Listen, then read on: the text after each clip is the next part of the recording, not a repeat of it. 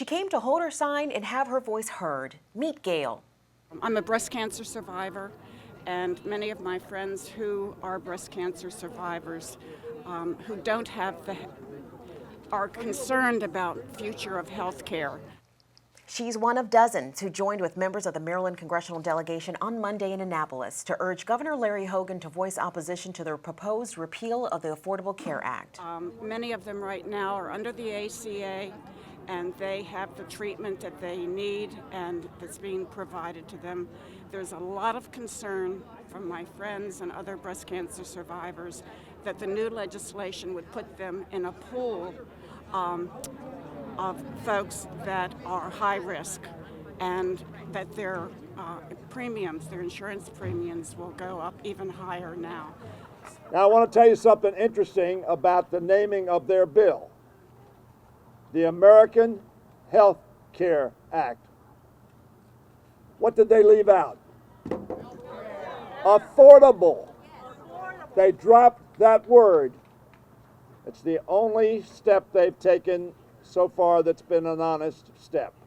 House Republicans released their plan to replace the ACA earlier this month, titled the American Health Care Act, and a vote is scheduled in the House on Thursday. The House Budget Committee took up the American Health Care Act.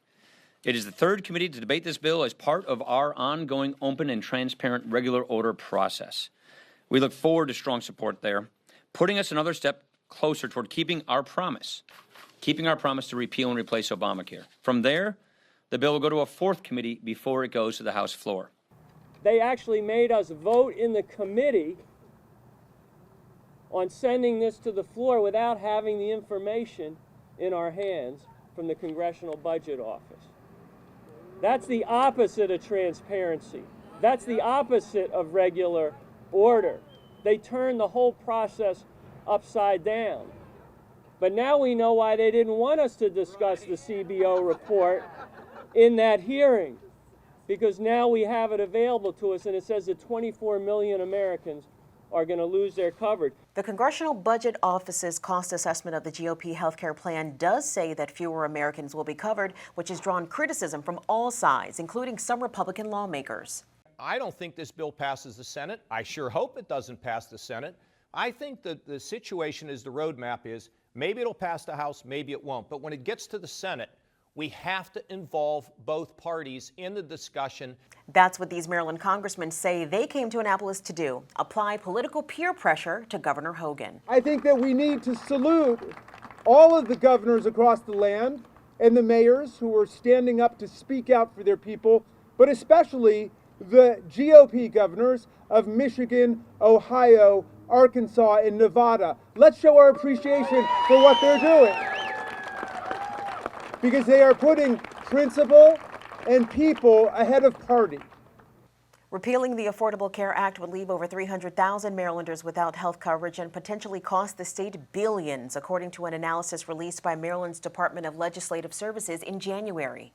Because ultimately it comes down to our budget and our ability to insure these individuals.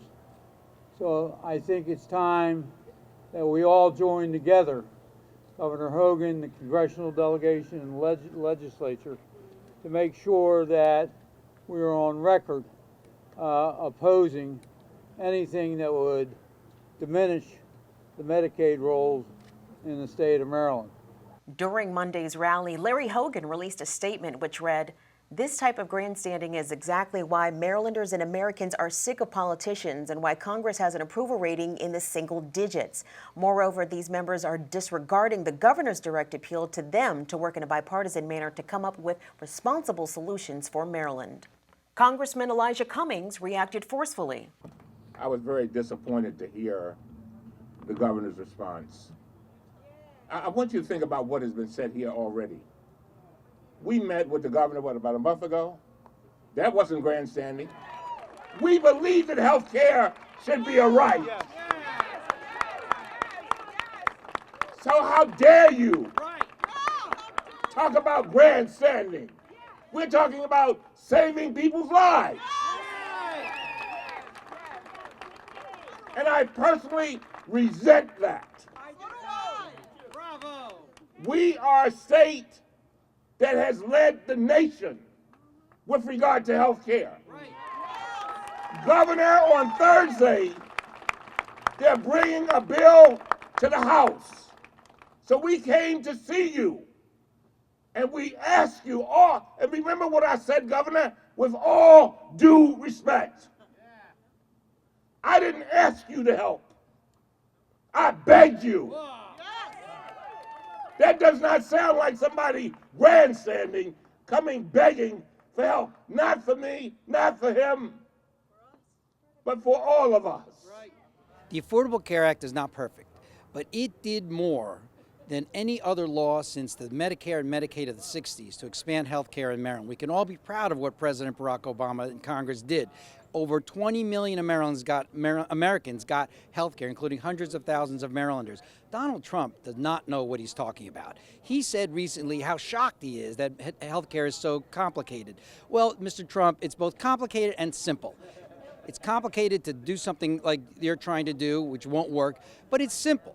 Americans got health care under the Affordable Care Act. Let's keep it.